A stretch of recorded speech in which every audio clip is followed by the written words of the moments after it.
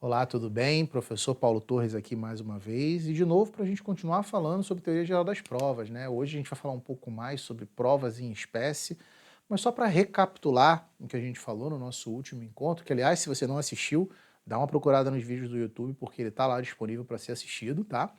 Mas para recapitular e para sintetizar a ideia, as provas, elas são elementos muito importantes dentro do processo de conhecimento, porque é por intermédio das provas que a gente consegue formar o convencimento do magistrado e dar subsídios para que ele possa arcar com o seu ônus de fundamentação da decisão judicial. Então, produzir provas, e mais, produzir provas da maneira correta, né, de maneira apta a efetivamente formar o convencimento do magistrado, é indispensável para o sucesso de um processo civil. Ok? Então vamos lá. Vamos começar falando sobre um meio de prova, que é o depoimento pessoal. Atenção, gente, muita gente confunde depoimento pessoal com prova testemunhal, mas ao longo dessa aula de hoje, que a gente vai ver essas duas formas, esses dois meios típicos de prova, a gente vai ver que eles têm diferenças bem substantivas, tá? Então olha ali para o quadro. A gente chama de depoimento pessoal o testemunho da parte, seja autor ou réu, tomado em juízo. É um meio de prova que tem uma dupla finalidade: esclarecer o juiz sobre os fatos da causa e, eventualmente, provocar a confissão da parte. O depoimento pessoal de uma parte pode ser requerido pela parte contrária ou determinado de ofício pelo juiz, a teor do que diz o artigo 385. Então, olha lá, 385.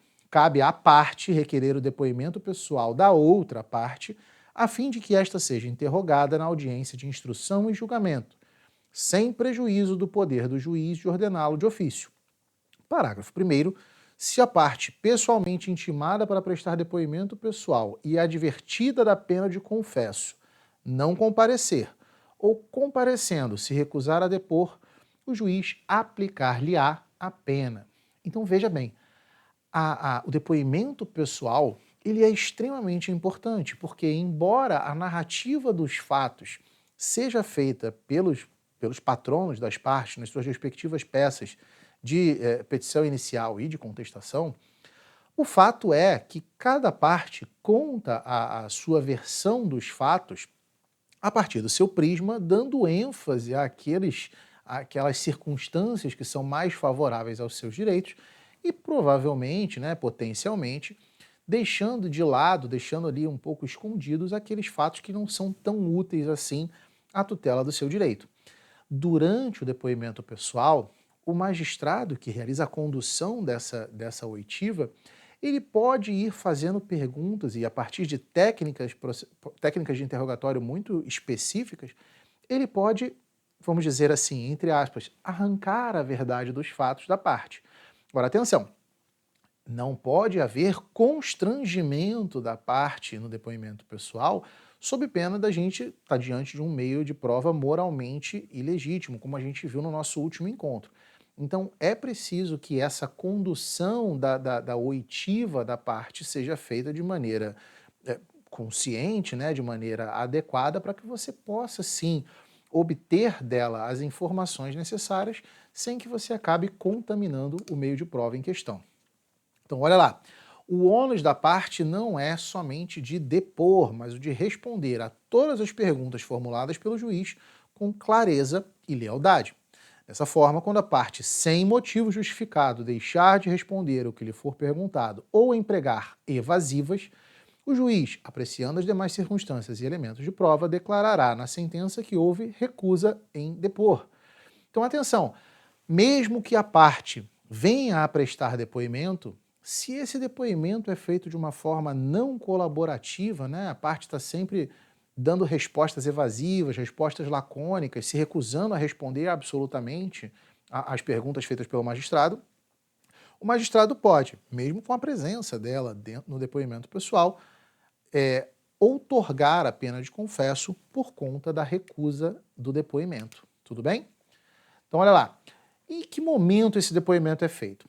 As oitivas, em geral, e o depoimento pessoal não foge a essa regra, são realizadas na audiência de instrução e julgamento, conforme determina o artigo 385 do CPC.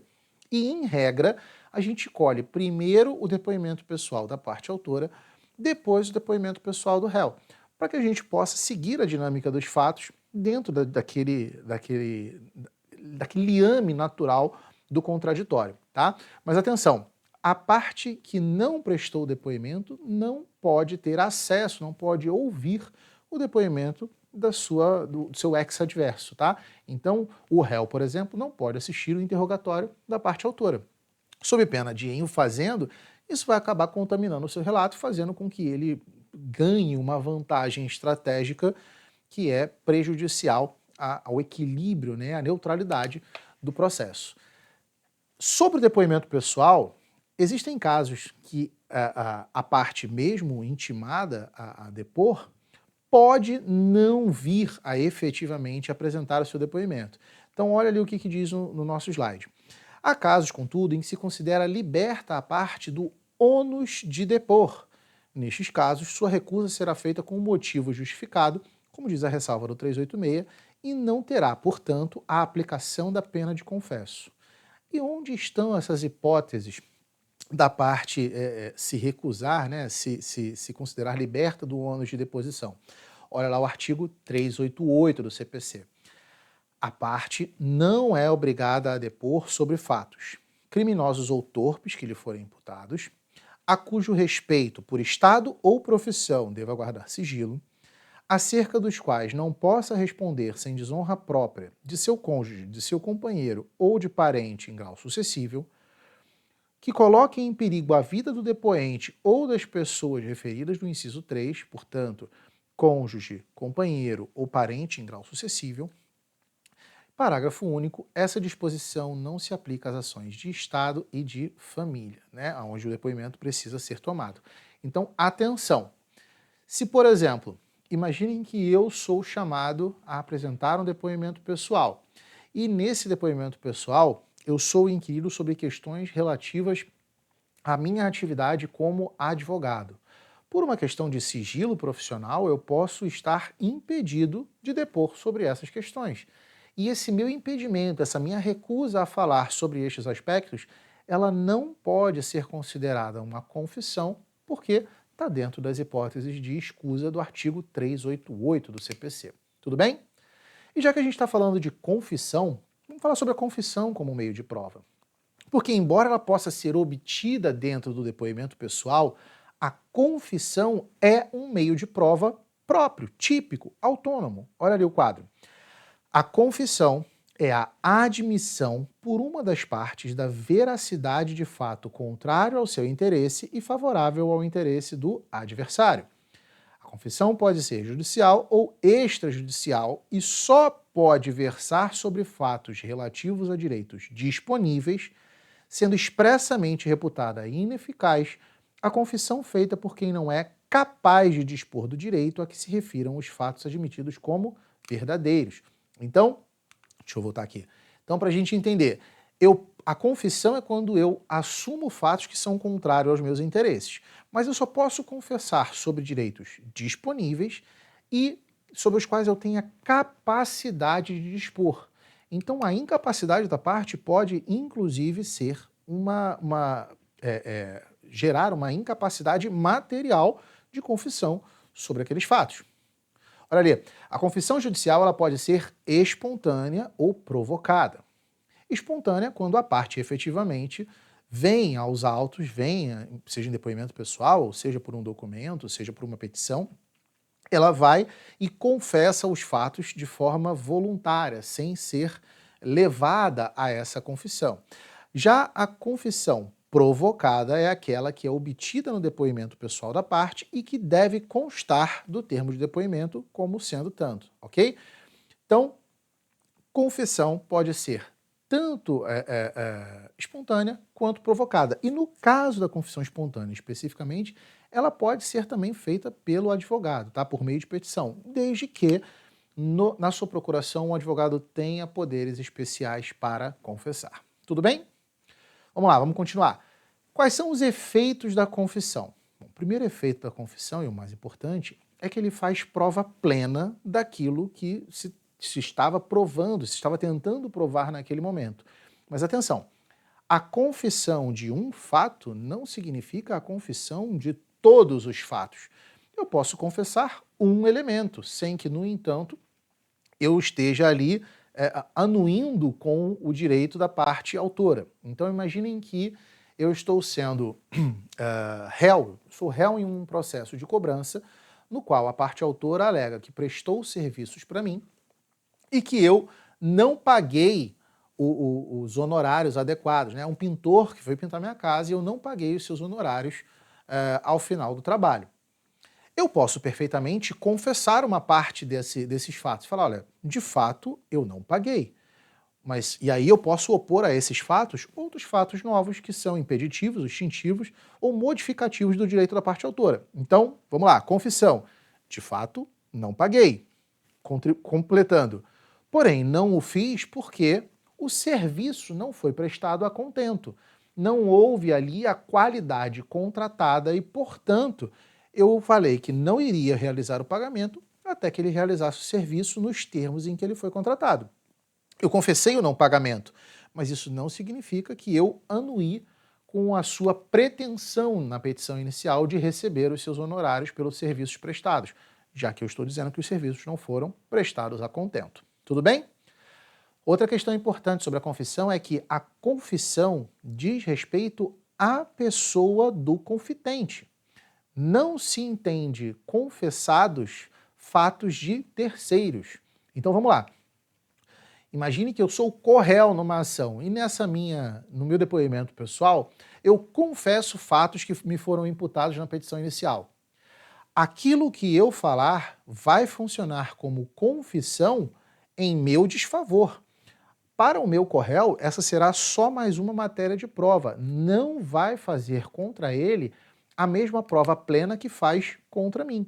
Porque a confissão só pode dizer respeito à própria pessoa. Eu não posso confessar fato de terceiro.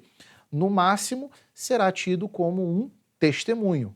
E aí o testemunho, ele admite contraditório e ampla defesa. Tudo bem? Vamos falar sobre uma prova muito importante dentro do processo civil, que é a prova documental. Olha lá para o quadro. O direito processual civil admite um conceito amplo de documento como meio de prova. Documento, entretanto, é qualquer material que contenha o registro de um fato. Então, não somente o documento especificado, né, a folha de papel com registro de uma informação é um documento, mas qualquer meio que possa registrar um fato vai ser tratado dentro da processualística civil como sendo um documento. A prova documental, em regra, é produzida na petição inicial pela parte autora e na contestação ou na reconvenção pelo réu. No entanto, é possível produzir provas documentais supervenientemente, principalmente quando disserem respeito a fatos novos, né, naquela relação jurídica processual. Então, o réu, na sua contestação, vai se manifestar sobre os documentos da parte autora e vai apresentar os seus próprios documentos. A parte autora, no entanto, poderá futuramente, em réplica, se manifestar sobre os documentos que foram juntados pela parte ré e até mesmo vir a juntar novos documentos em razão dessas manifestações. Tudo bem? E que manifestações são essas que podem ser feitas sobre a prova documental? Olha ali para o quadro. Manifestações possíveis sobre os documentos. Primeira, impugnação à admissibilidade da prova documental. Segundo, 436, inciso 2, impugnação à autenticidade da prova documental. Inciso 3, imputação de falsidade, com ou sem deflagração de incidente de falsidade, e manifestações quaisquer sobre o seu conteúdo, ok? Independente da forma como esse documento foi produzido, no processo judicial ele tem fé pública, até porque todo documento, todo elemento trazido aos autos pelo advogado, pelas suas prerrogativas enquanto advogado, goza de fé pública por sua própria natureza, ok? Agora, talvez vocês tenham ficado em dúvida com relação a não autenticidade e falsidade, porque parecem conceitos sinônimos, mas não são. Então, olha ali para o quadro. Questionar a autenticidade de um documento significa questionar a sua capacidade de produção de efeitos no mundo fático pela não observância de uma formalidade. Então, por exemplo, Se eu estou falando sobre um registro de imóvel que não foi levado, de um documento que depreenda, né, que depicte um registro de imóvel, de compra e venda, que não foi levado a registro no órgão competente, ele não pode ser, eu posso questionar a autenticidade dele porque ele não obedeceu uma formalidade necessária, o que não quer dizer que os fatos ali narrados não ocorreram efetivamente como estão ali descritos, ok? Então, ali, ó, continuando, enquanto a falsidade consiste na falta de fé do documento, mesmo que ele possua requisitos de autenticidade, em razão de não correspondência com o que ocorreu no mundo fático e o que consta no documento. Então, não autêntico é o documento que narre ele os fatos como efetivamente ocorreram ou não cumpre todas as formalidades necessárias para aquele negócio jurídico em questão. Enquanto falsidade é o defeito que macula a prova documental que não traduz a realidade dos fatos como ocorreram. Então, um documento forjado que fala que as coisas aconteceram de uma certa forma, que não efetivamente aconteceram, é um documento maculado pela falsidade. Enquanto um documento que até fala sobre os fatos tais quais eles ocorreram, mas que não tem ali as formalidades obedecidas, é um documento não autêntico. Então, a impugnação à autenticidade é diferente da impugnação sobre a falsidade. Atenção, tudo bem? Outro meio de prova, exibição de documento ou coisa. Olha ali para o quadro.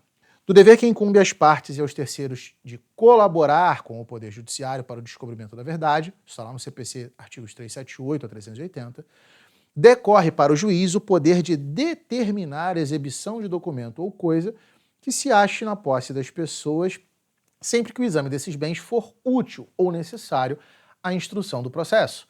Esse incidente pode ser provocado por qualquer das partes, que pode dirigir o pedido de exibição em face da parte adversária ou de um terceiro, que tenha consigo a coisa ou o documento a ser exibido. Então, eu posso requerer que seja trazido aos autos um determinado documento, um determinado elemento, que eu sei da existência, mas cuja posse eu não tenho. Tá? É importante, naturalmente, que haja verossimilhança, que eu possa demonstrar sobre a existência desse documento. Então, olha ali para o quadro. O requerido fica obrigado a exibir o documento ou coisa de que tenha poder, admitindo-se como verdadeiros os fatos que, por meio do documento ou da coisa, a parte pretendia provar, se o requerido não exibir a coisa dentro do prazo ou apresentar justificativa legítima para a sua não exibição. Então, sumarizando, se eu requeria a exibição de um documento ou coisa pela outra parte, e essa outra parte não apresenta esse documento dentro do prazo legal, é como se ela estivesse fazendo prova daquilo que eu quero provar com a sua não apresentação. Claro que ela pode não apresentar, apresentando uma justificativa para tanto, tá? Então não é simplesmente chegar e falar, não vou apresentar documento nenhum, ele que prove o alegado pelos seus próprios meios, tudo bem? Olha ali, artigo 404. A parte e o terceiro, aqui a gente está falando de quem vai ser alvo de um pedido de exibição de provas, ok? De exibição de documento ou coisa, perdão. A parte e o terceiro se escusam de exibir em juízo o documento ou a coisa se, inciso 1, concernente a negócios da própria vida da família. 2, se sua apresentação puder violar dever de honra. 3, se sua publicidade redundar em desonra à parte ou ao terceiro, bem como a seus parentes consanguíneos ou afins até o terceiro grau, ou lhes representar perigo de ação penal. Inciso 4, se sua exibição acarretar divulgação de fatos a cujo respeito por Estado ou profissão devam guardar segredo. Inciso 5, se subsistirem outros motivos graves que, segundo o prudente arbítrio do juiz, justifiquem a recusa. Inciso 6, se houver disposição legal que justifique a recusa de exibição. Então, por exemplo, imaginem que eu, advogado, sou alvo de um pedido de exibição de documento no qual eu estou sendo instado, por exemplo, a juntar aos autos um contrato de honorários que tenho com um cliente. Esse contrato de honorários decorre do meu dever de profissão e, como advogado, eu tenho sigilo sobre estes elementos. Então, eu posso justificadamente, me recusar a exibir esse documento ou coisa. O que eu não posso fazer é simplesmente não exibi-los sem apresentação de uma justificativa. Tudo bem? Prova testemunhal. Artigo 442 do CPC diz que a prova testemunhal é sempre admissível quando a lei não dispuser de modo diverso. Entretanto, é possível valer-se da prova testemunhal em substituição da prova documental em algumas hipóteses, como, por exemplo, no caso do artigo 444 do CPC. Nesses casos, mesmo que não haja prova escrita, a parte poderá produzir prova testemunhal como meio efetivo para demonstrar a existência de um negócio alegado. Então, por exemplo, imaginem que eu estou tentando provar uma relação jurídica, né, um contrato verbal realizado com uma pessoa e como verbalmente foi realizado, né, não há nenhuma materialidade, nenhum documento que corrobore os elementos daquela relação contratual. Eu posso perfeitamente arrolar uma testemunha que a tudo tenha presenciado, que vai corroborar os fatos narrados na minha petição inicial. E ali, embora eu não tenha uma prova documental, eu trago uma prova testemunhal que vai funcionar como se um documento fosse. A prova testemunhal, assim como o depoimento pessoal, será produzida, em regra, na audiência de instrução e julgamento. O juiz ouvirá em juízo as testemunhas arroladas previamente pelas partes nos termos do artigo 357, parágrafos 4º e 5º do CPC. E naquela mesma dinâmica do depoimento pessoal, primeiro parte autor, depois réu, ok? Sempre permitindo que ambas as partes realizem o contraditório com relação a esse depoimento que está sendo prestado. Segundo o artigo 447, podem depor como testemunhas todas as pessoas, exceto as incapazes, impedidas ou suspeitas. E são considerados incapazes, impedidos ou suspeitos as seguintes pessoas. Parágrafo 1º, o interdito por enfermidade ou deficiência mental, o que é cometido por enfermidade ou retardamento mental ao tempo em que ocorreram os fatos não podia discerni-los ou ao tempo em que deve depor não está habilitado a transmitir as percepções, o que tiver menos de 16 anos e o cego, o surdo, quando a ciência do fato depender dos sentidos que lhes faltam. Então, por exemplo, naturalmente, eu não posso solicitar que um cego venha depor a respeito de uma dinâmica cuja prova que eu estou tentando fazer depende do sentido da visão. O que não quer dizer que um cego, por exemplo, não pode comparecer em juízo para testemunhar em meu favor a respeito de ter ouvido o ajuste que eu fiz com essa parte ex-adversa numa relação contratual. Por exemplo, como o sentido prejudicado dele, que é a visão, não interfere na percepção dos fatos, ele pode perfeitamente testemunhar. Parágrafo 2º. São impedidos o cônjuge companheiro, ascendente ou descendente em qualquer grau e o colateral até 3º grau de algumas partes por consanguinidade ou afinidade, salvo se exigir o interesse público ou tratando-se de causa relativa ao estado da pessoa, não se puder obter de outro modo a prova que o juiz repute necessária ao julgamento do mérito. Também não pode, também é impedido aquele que é parte na causa, ou o que intervém em nome de uma parte, como o tutor, representante legal, o juiz, advogado ou qualquer outro que tenha assistido às partes. E por fim, são suspeitos o inimigo da parte ou o seu amigo íntimo e aquele que tiver interesse no litígio, tá? Qualquer tipo de interesse. Então, essa é a dinâmica das pessoas que podem e que não podem testemunhar, tá? Olha lá. O juiz pode, no entanto, avaliando as circunstâncias da causa, admitir testemunho, mesmo de pessoas menores, impedidas ou suspeitas, atribuindo aos seus testemunhos a valoração que achar razoável. E assim, falando sobre prova, é preciso dizer, consignar e relembrar que no processo brasileiro contemporâneo a gente superou a dinâmica de provas taxadas, então não existem provas mais valiosas ou menos valiosas do que quaisquer. A dinâmica do valor das provas ela é dada pelo livre convencimento motivado do magistrado, tudo bem?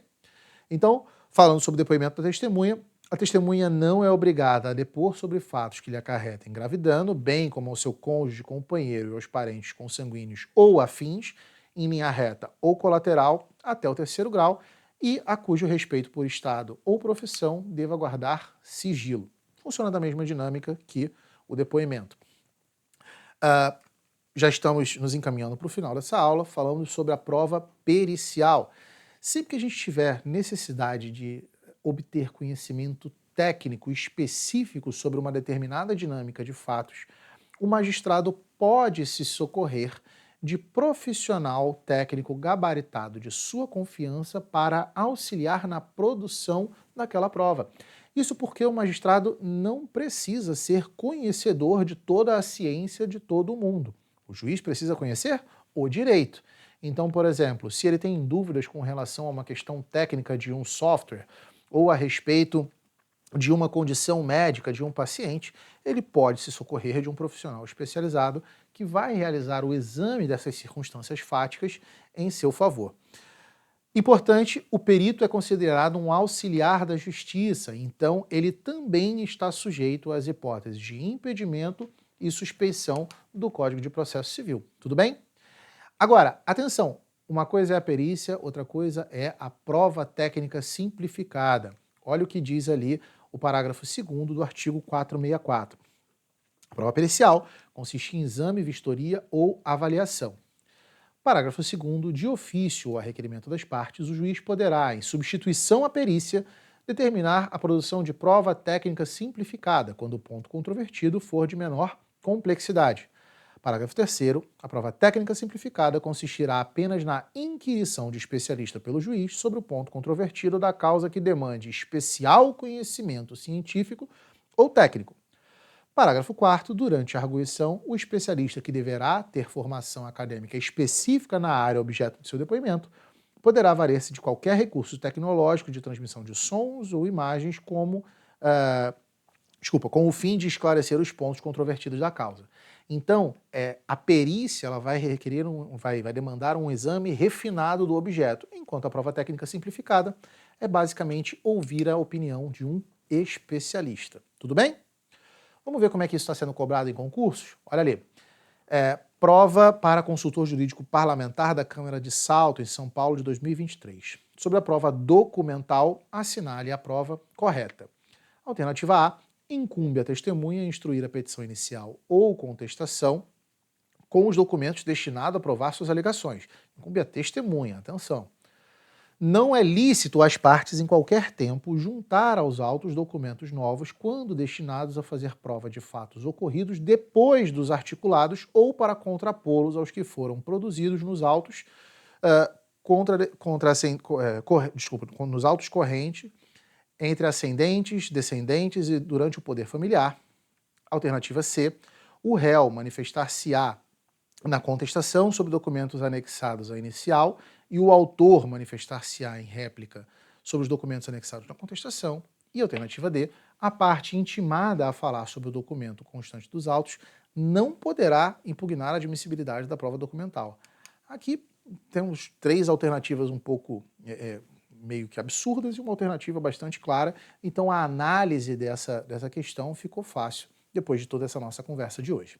Então, alternativa correta, letra C, o réu vai se manifestar na contestação sobre os documentos anexados na petição inicial e o autor na réplica sobre os documentos anexados na contestação. Tudo bem? Gente, isso era o que tínhamos para hoje. Espero que tenhamos aproveitado essa nossa aula sobre teoria das provas e até a próxima.